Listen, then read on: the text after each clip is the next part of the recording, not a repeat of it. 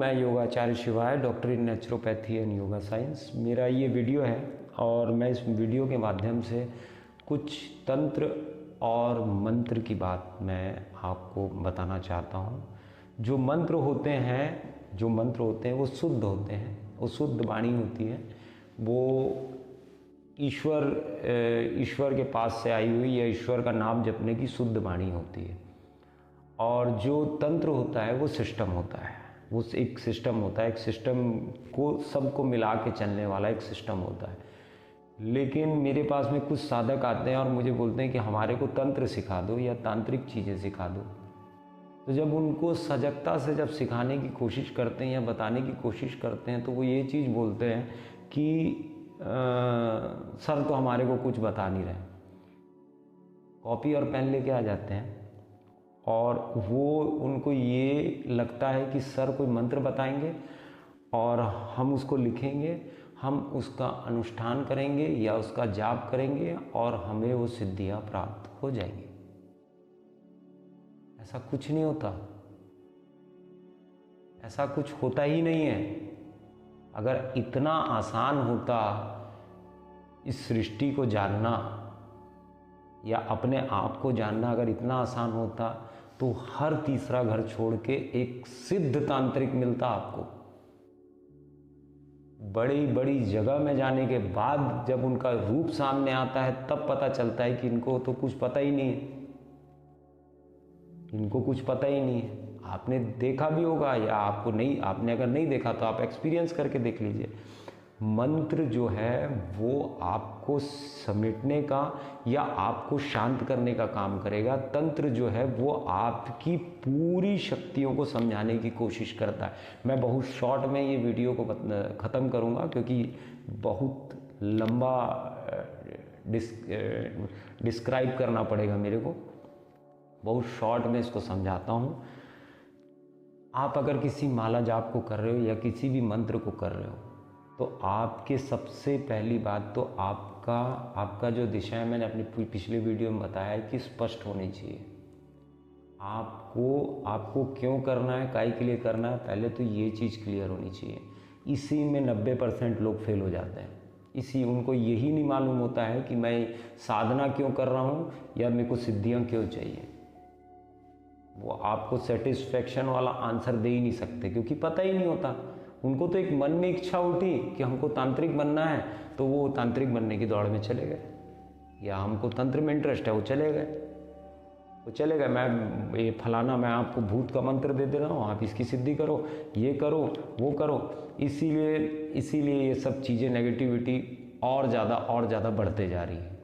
सबसे पहली बात तो मंत्र से फ़ायदा पहुँचता है, लेकिन आपको पूरा फ़ायदा नहीं पहुंचता। उससे 20% आपको फ़ायदा पहुंचेगा तो पहुंचेगा। वो भी 20% मंत्र का है और 10% मंत्र का है, और जो 10% है वो आपकी जो इंटरनल जो आस्था है वो काम करेगी कि आपकी भक्ति में या आपकी तपस्या में आपको कितना फेथ है, वो काम करेगा। तो फिर बात वहीं आ गई, इंद्रियों को केंद्रित करके इधर रूपांतरित करके एकाग्र करिए। मैंने अपने पिछले वीडियो में बताया, यहाँ भी सेम वही सिस्टम काम करता है। ऐसा नहीं होता कि आप ऐसा नहीं होता। और सबसे पहली बात, जो तंत्र की जो साधना होती है, अगर आपको कोई मंत्र दे रहा है, कोई तांत्रिक मंत्र दे रहा है आपको, तो उसमें तीन चीज़ें नहीं, ना आप उसको लिख सकते हो, ना आप उसको रिकॉर्ड कर सकते हो, ना उसको आप रिवाइज। 3 दिन रहता है, 3 लोगों के लिए 3 बार बोलेगा वो मंत्र को, और वो 3 बार में आपको याद होना चाहिए। यही उसकी तपस्या होती है।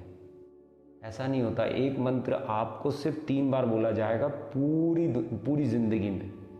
आप उसको भले आप तीनों मंत्रों को एक ही बार में, एक ही दिन में सुन लीजिए या एक ही टाइम में सुन लीजिए, या आप उसको एक अभी सुनिए, एक 30 साल बाद और एक 30 साल बाद सुनिए, 90 साल में उसको पूरा करिए, ये आपका चुनाव है।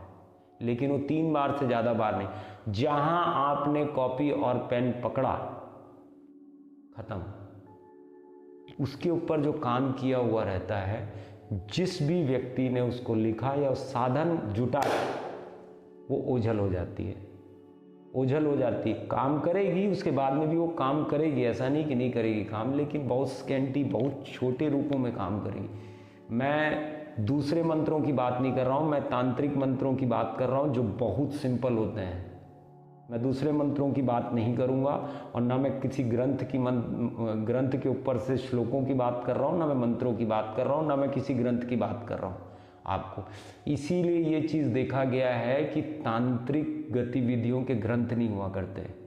अगर साधना में जाना है तो आपको उस लाइफ को एडॉप्ट करना पड़ेगा और आपको वो बोलेगा। आजकल सोचते हैं जरूर हैं लोग कि आजकल साधन हो गए हैं तो हम लिख लें, साधन हो गए तो हम रिकॉर्ड कर लें, साधन हो गए तो ये साधन हो जरूर गए हैं।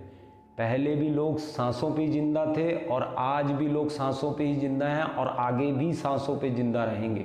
जिस दिन मनुष्य सांस का कोई दूसरा विकल्प लेके आ जाएगा उस दिन इसके मायने अलग होंगे। उस दिन आप इसमें साधना जोड़ देना या आप इसमें कोई साधन जोड़ लीजिएगा। तांत्रिक चीज़ों के साथ में आपका नहाने का, आपके खाने का, टाइमिंग का, ये सब चीज़ें एक साथ चलती है। आपको क्या खाना है, कब खाना है, कैसे खाना है, तंत्र में ये सब चीज़ें चलती। मंत्र को कभी भी सिर्फ पूरा तांत्रिक क्रियाओं को मत समझ लीजिए ना कि सिर्फ मंत्र को याद। और ऐसा नहीं है कि आपको अगर कोई अट्रैक्ट करेगा, कोई हड्डी पकड़ के आया है, कोई मुंडी पकड़ के आया है तो ही वो उसको जानकार होगा, या किसी ने बहुत सारी माला ग्रहण की हुई है तो ही जानकार होगा, ऐसा नहीं है। अधिकांश से देखा गया है कि जो एक चीज़ों को लेके जाते हैं वो फेल हो जाते हैं। अधिकांश से देखा गया है, क्योंकि जो उनकी चेतना है वो पूरी उनके गेटअप में लग जाती है, उनकी जो पूरी ऊर्जा है उनके गेटअप में लग जाती है और ऐसा भ्रम पैदा करती है कि वो फेल हो जाते हैं। हरिओम। मैं योगाचार्य शिवाय, doctor in naturopathy and yoga science. Her her Mahadev.